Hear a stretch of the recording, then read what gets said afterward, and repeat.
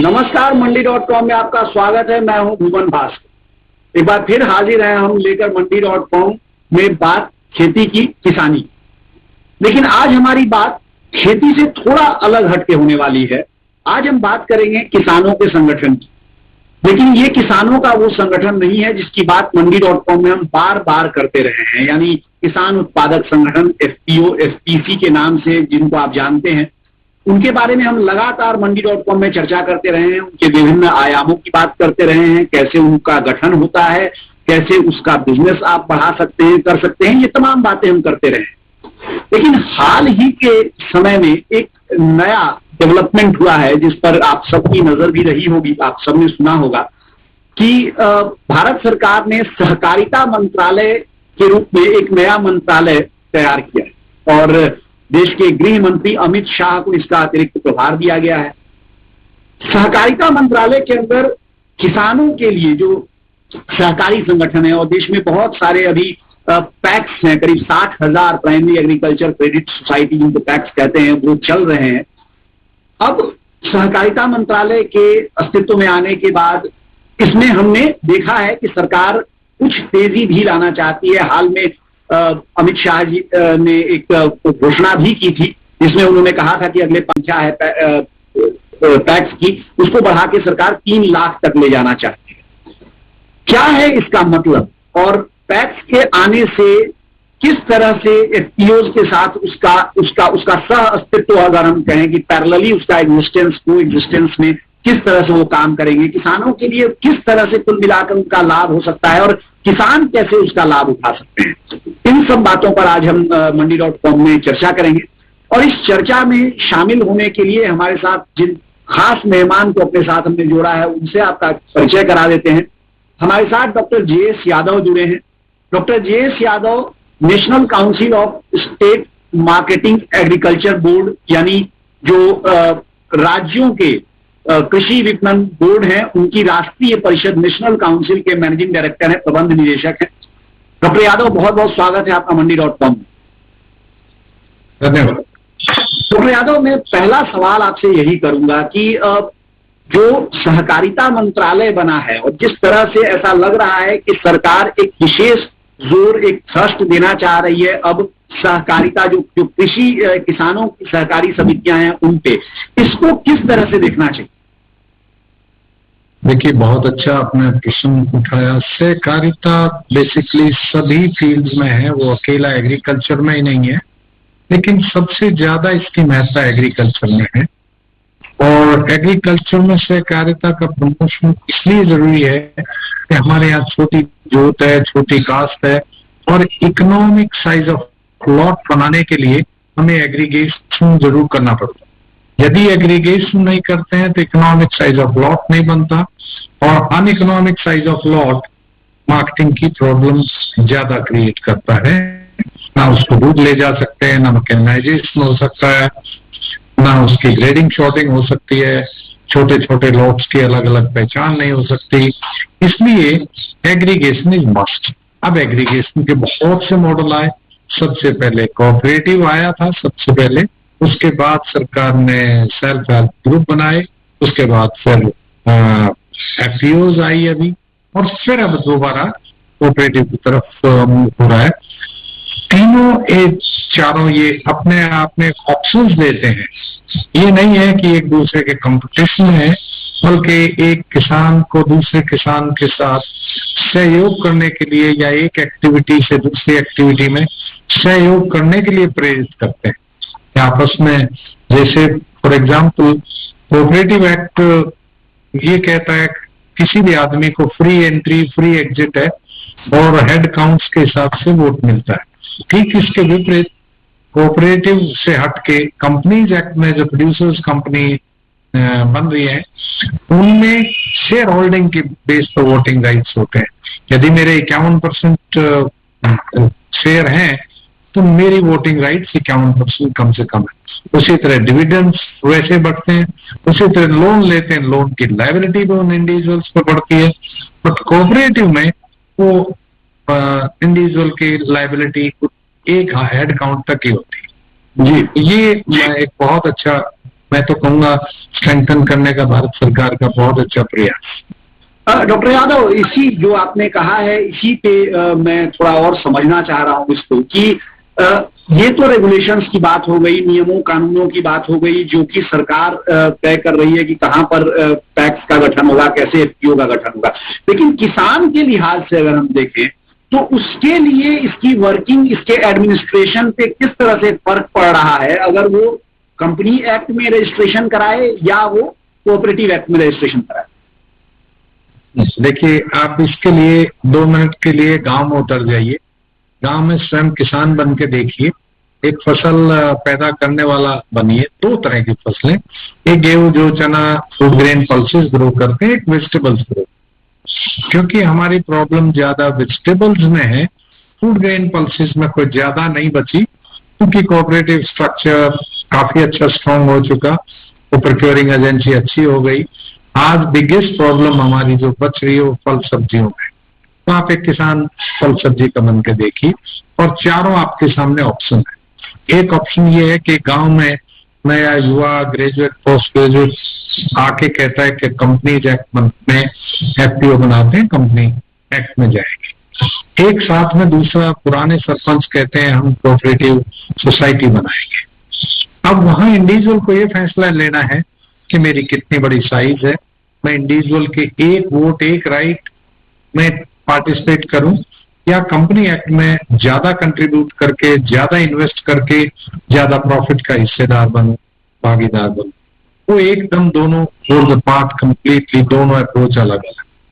तो एक ऑप्शन मिल गई, कोई आदमी इन्वेस्ट करके उसका प्रॉफिट लेना चाहता है, मल्टीपल एक्टिविटी में जाना चाहता है, मल्टी सोर्स रेवेन्यू स्ट्रीम्स बनाना चाहता है। से फॉर एग्जाम्पल एक आदमी कहता है कि हम आज फल सब्जी इकट्ठी करें, कल पराली इकट्ठी करेंगे, पराली करके भूसा इकट्ठा करेंगे, स्टेम इकट्ठी करेंगे, रेजिड्यू इकट्ठा करके किसी बड़े इंडस्ट्रियलिस्ट को देंगे, हम ट्रांसपोर्टेशन का काम करेंगे, उसकी मल्टी सोर्स एक्टिविटी हो जाती है। कोऑपरेटिव में दिक्कत ये रहती है, कोऑपरेटिव में जो एक्टिविटी जिस नाम से रजिस्ट्रेशन हो गया वो वही एक्टिविटी करेगा। तो एक ये खुला हुआ ज्यादा खुली अप्रोच है, इसमें सीमित अप्रोच है। जो कंसंट्रेट करके एक ही एक्टिविटी में लेना चाहते हैं वो कोऑपरेटिव। जी डॉक्टर यादव, ये चर्चा हमारी जारी रहेगी। फिलहाल वक्त हो गया है छोटी से ब्रेक का, लौटेंगे इस ब्रेक के बाद, देखते रहिए मंडी।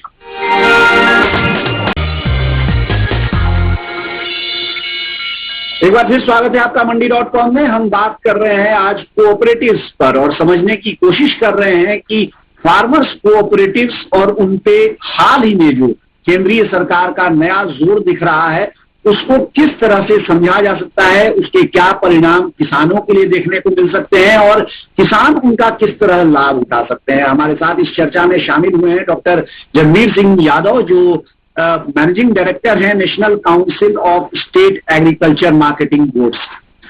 डॉक्टर यादव, ये तो हमने समझ लिया कि किस तरह से दोनों में जो एफपीओ है और जो पैक्स है उनमें फर्क क्या है और किस तरह के किसान को कहां पर जाना चाहिए, किन आधारों पर किसान को फैसला कर सकते हैं कि उनको कहां जाना चाहिए। लेकिन अगर बिजनेस एफिशिएंसी के लिहाज से देखें, आपका अनुभव क्या कहता है? अगर आपसे मैं किसान के तौर पे ये सलाह मांगने आऊं कि मैं दोनों ही स्थितियों में कंफर्टेबल हूं, मैं एक एफपीओ भी बना सकता हूं, एक कोऑपरेटिव सोसाइटी भी बना सकता हूं, बिजनेस एफिशिएंसी मुझे चाहिए, मैं चाहता हूं कि मेरा जो भी संगठन है वो ज्यादा मुनाफा कमाए, मेरे किसानों को ज्यादा फायदा मिले, आपकी सलाह क्या? देखिए, ये एक ऐसा मुद्दा है, पूरी दुनिया में इस पर बहस चल रही है। यदि आप यूरोप के कोऑपरेटिव्स देखें तो बहुत ही सक्सेसफुल है, आउटस्टैंडिंग है। और हमारे यहाँ भी यदि अमूल को देखें कितना बढ़िया सक्सेसफुल है। महाराष्ट्र में भी महाग्रेप, महामैंगो जो कोऑपरेटिव्स हैं बहुत सक्सेसफुल है। इसके पीछे प्रोफेशनलिज्म है। More important is how to manage that organisation. Haryana, Punjab जैसे प्रोग्रेसिव स्टेट्स में कोऑपरेटिव नहीं है सक्सेसफुल, क्योंकि उसमें सबसे भारी समस्या कोऑपरेटिव में यही आती है कि जब बिजनेस की बात आती है तो लोगों का इंडिविजुअल डेडिकेशन, इन्वॉल्वमेंट वो कम हो जाता है, बिलोंगिंगनेस कम हो जाती है, क्योंकि हर आदमी सोचता है मेरा तो एक ही आएगा, मेरा तो एक वोट एक हेड ही आएगा, मैं एक्स्ट्रा क्यों लगाऊं, क्यों एक्स्ट्रा को पैसा दूं, क्यों टाइम दूं, क्यों एनर्जी लगाऊं, क्यों अपना प्रोफेशनलिज्म दूं, मैं मार्केटिंग का आदमी हूं बट मैं क्यों कोऑपरेटिव को दूं। वहां एक रेस्ट्रिक्शन हो जाती है, इसलिए वहां के प्रॉफिट जो इकोनॉमिक इंसेंटिव है, जो इकोनॉमिक मोटिवेशन है, वो कंपैरेटिवली कम हो जाती है। और कंपनीज एक्ट में ये है, जितना कमाओगे जितना डालोगे उतना ही आपका अपना है, उन्हीं लोगों का है, उसी हिस्से से बटेगा। तो एफिशिएंसी वाइज और हमारे पिछले 2 साल के एक्सपीरियंस ये कहते हैं कि एफपीओज की एफिशिएंसी बहुत अच्छी है, और यदि उनको स्टार्टअप्स के साथ, इंक्यूबेशन के साथ लिंक करके उनमें प्रोफेशनलिज्म शुरू में इंड्यूस कर दिया जाता है तो उनके तो रिजल्ट बहुत अच्छे आए। यदि ये कई मॉडल इंक्यूबेशन और स्टार्टअप का कोऑपरेटिव में भी ला के देखें तो हो सकता है अच्छे रिजल्ट आ जाए, जो अभी तक एक्सपेरिमेंट नहीं किए, पर as on date efficiency companies act में कंपैरेटिवली ज्यादा। जी, अगर दोनों ही मॉडल्स की अगर हम बात करें, समस्याओं की बात करते हैं, नकारात्मक जो पक्ष है उसको पहले अगर लेते हैं, जैसा आपने कहा कि एक तो बड़ा कारण रहा है जिससे कि कई सारे इलाकों में, अगर कुछ राज्यों को छोड़ दें तो कृषि समितियां, जो कृषक समितियां हैं, वो बहुत सफल इससे नहीं हो पाई कि उसमें व्यक्ति को लगता है कि मैं क्यों मेहनत करूं अगर उसका लाभ मुझे उस परिमाण में नहीं मिलने वाला है। लेकिन एक डॉक्टर साहब हमने ये भी देखा है कि बहुत सारे राज्यों में जो किसानों से अलग समूह हैं, कुछ जिनके अपने निहित स्वार्थ रहे हैं, वो कृषि समितियों पर बहुत हावी हो गए हैं, उसकी वोटिंग और उसका पूरा स्ट्रक्चर, प्रशासन उन्होंने अपने हाथ में ले लिया है, जिसके कारण कि एक तरह से कहा जाए, जो आपने भी एक तरफ संकेत किया कि एफपीओज का जो मॉडल आया उसको लेके आया गया, उसके पीछे एक बड़ा कारण ये रहा है। लेकिन अब जो नया एक जोर सरकार ने दिया है समितियों को, और निश्चित तौर पे सरकार समितियां योपैक्स है उनको सफल करना चाहती है, तभी एक नए जो जोश के साथ इस पे जोर दिया जा रहा है। तो इसमें फर्क क्या होगा पिछले समय से और अब के समय में, किस तरह से उन चीजों को रोका जा सकेगा जिनमें कि पहले गड़बड़ियां हुई? आपने ये बहुत अच्छा पॉइंट उठाया। यदि उन स्टेट्स में जहां जहां कोऑपरेटिव अच्छी हैं उनमें राजनीति को देखें तो अधिकतर लोग कोऑपरेटिव के रूप से ही आते हैं, और वहाँ एग्रीकल्चर मार्केटिंग भी कोऑपरेटिव डिपार्टमेंट के तहत होती है। जैसे हरियाणा, पंजाब, उत्तर प्रदेश, राजस्थान, इनमें ये कृषि विभाग के तहत आती है एपीएमसी, जहाँ किसानों का बेचने खरीदने की एक तरह से वर्चस्व रहता है। वही का वही आप गुजरात या महाराष्ट्र, गोवा उधर देखें, जहां जहां कोऑपरेटिव, वहां ये कोऑपरेटिव डिपार्टमेंट में आती है। इनको स्टार्टअप का बेनिफिट दिए जाए और प्रोफेशनल ट्रेनिंग दी जाए तो मेरे ख्याल से ये नया जो इनिशिएटिव है भारत सरकार का, तो ज्यादा अच्छी तरह काम। जी, हमारी ये चर्चा जारी है, लेकिन अभी लेंगे एक छोटा सा ब्रेक। ब्रेक से लौटने के बाद कुछ और महत्वपूर्ण सवाल हम डॉक्टर यादव से पूछेंगे और जानने और समझने की कोशिश करेंगे कि कोऑपरेटिव किसानों के लिए क्या लेकर आ रहे हैं। तो मेरे हमारे साथ देखते रहिए।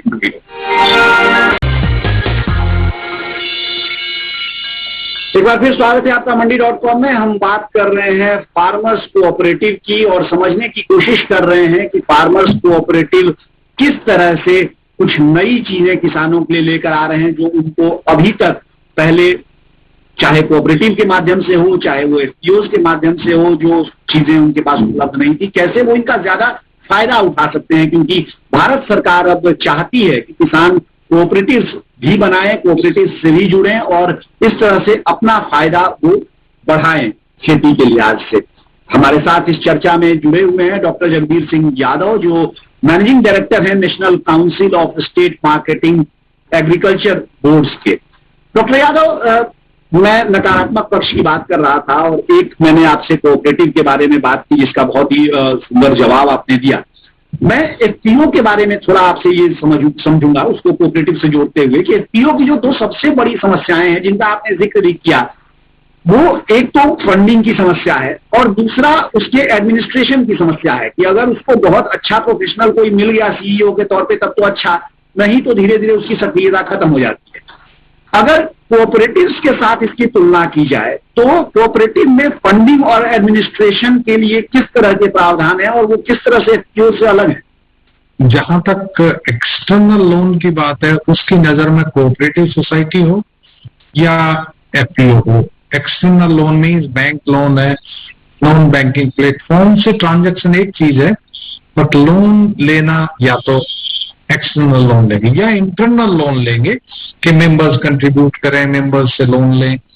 उसमें कंपैरेटिवली ये मानते हैं इजी एंड कम फॉर्मेलिटीज के साथ कोऑपरेटिव इज बेटर ऑप्शन। और हमारे कोऑपरेटिव सोसाइटीज के पास भी काफी पैसा है, कोऑपरेटिव बैंक्स हैं, central cooperative bank, district cooperative bank उनके पास है।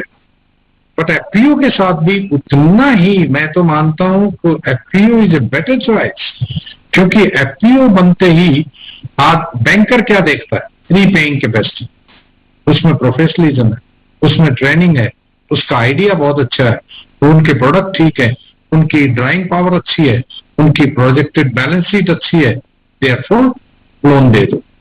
मुझे नहीं लगता कि किसी भी एफपीओ को लोन की दिक्कत आती है। हाँ, इनिशियल कैपिटल की आती है, इक्विटी की आती है, ये दोनों कम एक नहीं हो सकते, क्योंकि हम किसानों को एंटरप्रेन्योर बनाना चाहते हैं। कोऑपरेटिव में बनाना अलग बात है, एंटरप्रेन्योर बनाना दूसरी चीज है। डॉक्टर साहब, एक बड़ी रोचक बात आपने कही कि कोऑपरेटिव और एफपीओ को जब हम आमने सामने करके देख रहे हैं, तो कोऑपरेटिव एक तरह से किसानों को संगठित करके किसान के तौर पे उनका विकास करते हैं। एफपीओ किसानों को एक लेवल ऊपर लेके जाती हैं, उनको एग्री एंटरप्रेन्योर्स में बदलती है।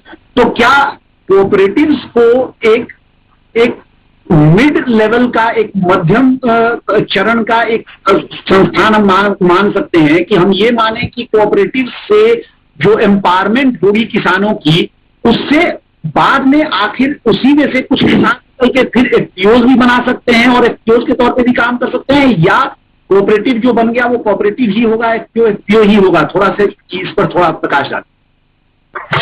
देखिए, कोई भी आदमी जो कोऑपरेटिव का मेंबर है वो कोई कितनी भी कंपनी कितनी बना ले, कोऑपरेटिव एक्ट में भी ये है, कोऑपरेटिव सोसाइटी भी अपनी कंपनी बना सकती है, वो कहीं भी इक्विटी डाल सकती है।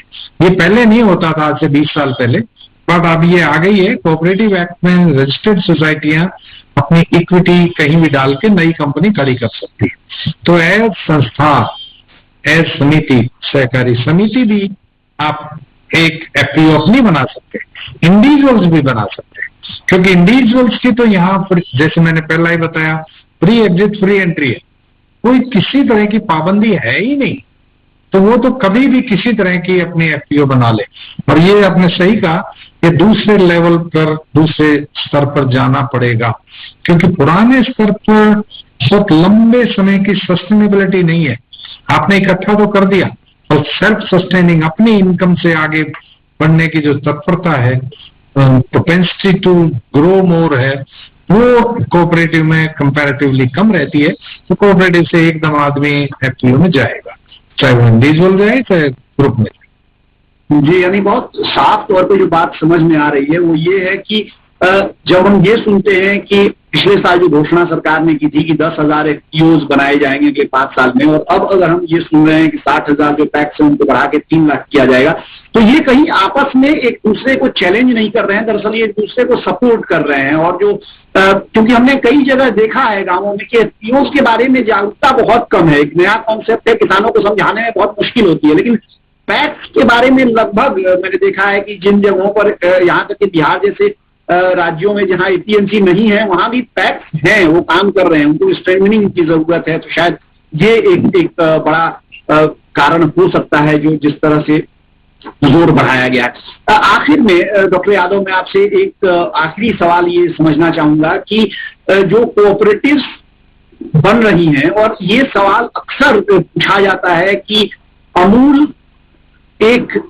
खड़ा हो गया लेकिन दूसरा अमूल हम क्यों नहीं पैदा कर पाए? तो क्या जो नया ट्रस्ट होगा, जो नए बदलाव हुए हैं, कई चीजें आपने कहा कि जो पहले कोऑपरेटिव्स में नहीं थी, जो कि अब इंट्रोड्यूस किया गया है, क्या हम उम्मीद कर सकते हैं कि देश के दूसरे हिस्सों में कुछ और अमूल देखने को मिलेंगे? मुझे याद आता है, एक बार हम एनडीडीबी से बात कर रहे थे, तो हमने पूछा आप कोऑपरेटिव हैं या कंपनी है या भारत सरकार का संस्थान है? उन्होंने कहा हम तीनों हैं। क्यों? जब तक अकेले कोऑपरेटिव हैं हम सक्सेस नहीं हो सकते, जब तक अकेले भारत सरकार की संस्थान है हम नहीं हो सकते। अकेले कंपनीज एक्ट में है, हमारे पास किसान नहीं आ सकता। तो हम तीनों मिक्स मॉडल है और एग्जैक्ट यही मॉडल है। यदि आप प्रोफेशनलिज्म नहीं लाएंगे, कोऑपरेटिव कभी नहीं चल सकती। चलो ब्रांडिंग तो हमारी लोकल अलग हो सकती है, क्योंकि कोऑपरेटिव ज्यादातर कमोडिटी बेस्ड है आपको और सेक्टोरल बेस्ड है। आपको कॉपलर्स कोऑपरेटिव सोसाइटी मिलेगी और मैंगो ग्रोवर्स कोऑपरेटिव सोसाइटी। जी डॉक्टर यादव, आपको समय की मिलेगी, कोई और मिलेगी। बहुत बहुत धन्यवाद डॉक्टर यादव। बहुत अच्छी चर्चा हमारी रही है और बहुत कुछ मुझे भी सीखने जानने को मिला और मुझे पूरा विश्वास है कि हमारे जो किसान भाई ये जो सुन रहे हैं, इस कार्यक्रम को देख रहे हैं, उन्होंने भी बहुत कुछ कोऑपरेटिव्स के बारे में जाना होगा। बहुत बहुत शुक्रिया, बहुत बहुत धन्यवाद डॉक्टर यादव हमारे साथ जुड़ने के। मंडी.com से अब मुझे दीजिए इजाजत, लेकिन बने रहिए हमारे साथ, देखते रहिए डीडी किसान, क्योंकि डीडी किसान पर कार्यक्रमों और खबरों का सिलसिला जय। आपकी राय हमारे लिए बहुत महत्वपूर्ण है। आप हमारे टोल फ्री नंबर पर कॉल कर सकते हैं और अपनी राय दे सकते हैं। साथ ही आप ईमेल के जरिए भी हमें अपनी राय दे सकते हैं। हमारा ईमेल पता है ncdexmandi@gmail.com।